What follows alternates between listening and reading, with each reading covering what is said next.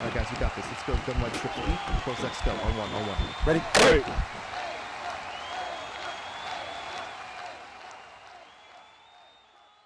What's up, guys? It's Pick'em with HuddleGG, and welcome back to another episode of Ask Huddle. If you guys are new here, this is something that we do each week where we answer your guys' questions. So if you have a question you'd like answered in a future video, wherever you're watching this, just make sure you leave that question in the comment section below. If you don't see it in a future video, you can always join our free Discord by going to huddle.gg/discord, and you can ask us there as well. But with that being said, let's jump right into this week's episode. And our first question today comes from Island Ag, and they ask, does tip drill or lurker work better for D-line throw out of sack picks? Now, this is a great question and something that has been in the game for a couple of years, and it's really something you'll see a lot of this year is when you're getting those throw out of sack animations, that ball just like pops right up into the air. And if you have another or a secondary rusher coming in after the quarterback, a lot of times he's going to get his hands on that and have the opportunity for an easy interception and possibly a pretty easy pick six as well. So what ability actually helps with that? So the question here asks, does lurker or tip drill work? And between those two, I would say not to use lurker. Because if we go look at the terminology of lurker, it says spectacular catch animations for lurking defenders. So we're not looking for a spectacular catch animation. We're really just looking for our defensive end or our linebacker or our D tackle, whoever it may be, to just get his hands on the ball and catch it. So again, we don't really need a spectacular animation, and he's also not going to be a lurking defender. So I would not go with lurker if you're looking to get those interceptions with the D lineman. When it comes to tip drill can help. You can see here it says higher chance to catch tip passes. If you are asking between lurker and tip drill, I would definitely go with tip drill. But the best two that you're going to want to have on your D lineman if you want to almost guarantee that interception is going to be pick artist or lurk artist. Those are essentially the same thing. Lurk artist is just pick artist with lurker combined. Obviously, we don't need the lurker part of that ability when it comes to D-line picks, but the pick artist part is going to help a lot, and pick artist obviously helps as well. So again, it says better catching and improved stamina on interception returns, but those first two words are really important. Again, the better catching, this all but assures that if you do get your hands on a tip pass or throw out a sack pass with a D lineman, you are going to get that interception. Our next question today comes from Fried TV, and they ask, do offensive line adjustments help out in the run game? And this is a great question, and one that a lot of people do not know the real answer to. I hear a lot of people say, well, if that guy's coming free, just ID that guy when you're running the ball, or just double team that player, or just shift your line this way to help the run. None of that is going to actually change who your linemen are blocking. Okay, there is one advantage to double teaming a player, and we'll go over that here in a little bit. But I first want to show you that no matter what I do with my offensive line, the blocking of my offensive line is dependent on my play call. So the style of run that I'm running, whether it's inside zone, outside zone, quick base, power, draw, those different run concepts have different blocking rules built into the offensive line. And it's based off the alignment of the defense as well. So if we come out on this play here and we are just running inside zone against this look, no matter what I do with my offensive line adjustments, my offensive line is always going to double team the D tackle in the A gap. Okay, so that D tackle to the left of screen in between the center and the left guard, no matter what I do, whether I shift left, shift right, double team someone else on the line, ID whoever I want, it will not change the way they block. So if we just do nothing with our offensive line to start and we say hike, you're going to see exactly who gets double teamed and exactly who comes in free. So if we look at the replay, you're going to see that again, that D tackle in the A gap on the left side gets double teamed by the center and the left guard. And then our left guard works up to that left of screen linebacker, and the right of screen linebacker is the unblocked defender on this play. So I'm going to show you here, if we run the same exact play offensively and defensively, let's say I double team this backside defensive tackle now. Okay, so let's say that I want my line to double team this B gap D tackle, and I want to identify with the mic that right of screen middle linebacker. It will not change anything when it comes to who my players are blocking. So now if I say hike, you're going to see they're going to still double team the same player, and the same middle linebacker is going to come free. If we go to the replay, you're going to see that again, what I did with my line does not change who they block.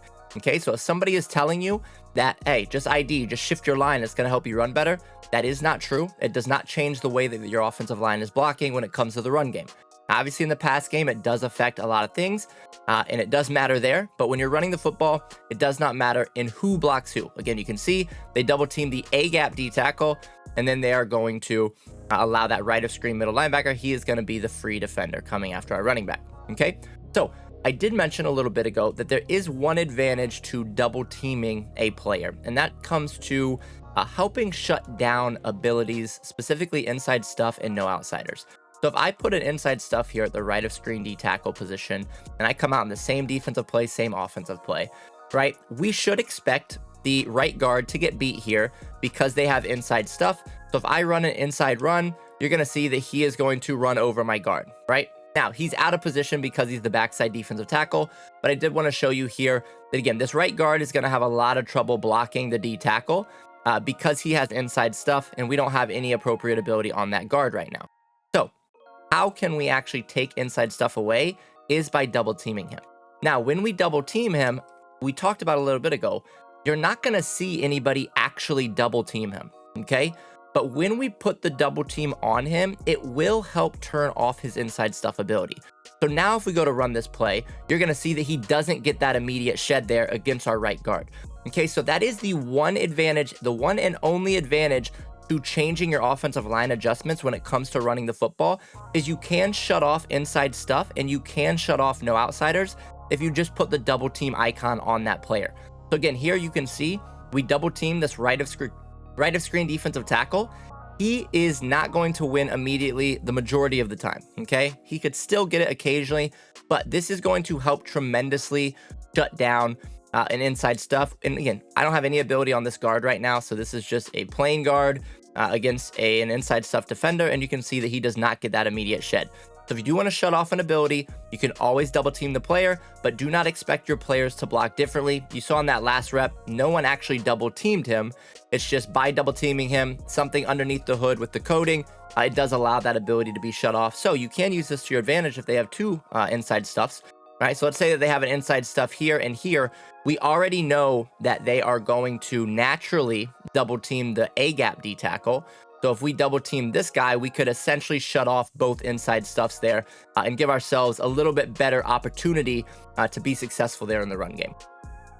Our third and final question for this week comes from AGabs, and they ask, does post-up work against Colossus and Unstoppable Force? This is another great question, and last week we talked about Secure Protector against these X Factors, or these baked-on abilities. Let's dive into post-up this week. So here, what I want you to see is this left of screen edge rusher. I do have Colossus on Micah Parsons right here. So first, what we're going to do is we're just going to double team him with two players who do not have an ability. So you can see my left tackle and my left guard do not have an ability right now. So what you'll see happen if we double team that guy with Colossus is he's still going to get through this double team and win, right? He's going to get double teamed initially, but he will split, or he will get around that double team. That's what that Colossus ability does. It gets those dominant pass rush wins, but it also gets the ability to be a double team. Now, what you're going to see here is if we sub in some better linemen, right, who have post up here at our tackle and our guard spot, and you don't need both of these guys, right? You can just have one guy with post up if you don't have the ability to put post up on both. What you're going to see now is if we double team that same player with players who have post up, they're going to completely shut down that Colossus. You can see they even ran him into the ground there, knocked him off his feet immediately, and this is what you're going to see the vast majority of the time.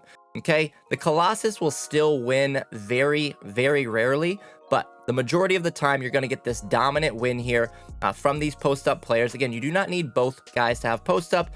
I think it may help a little bit, but for sure having this one post-up or two, you're going to see they absolutely dominate this player with Colossus, and you don't really have to worry about that player anymore as long as you're able to initiate a double team on that defender.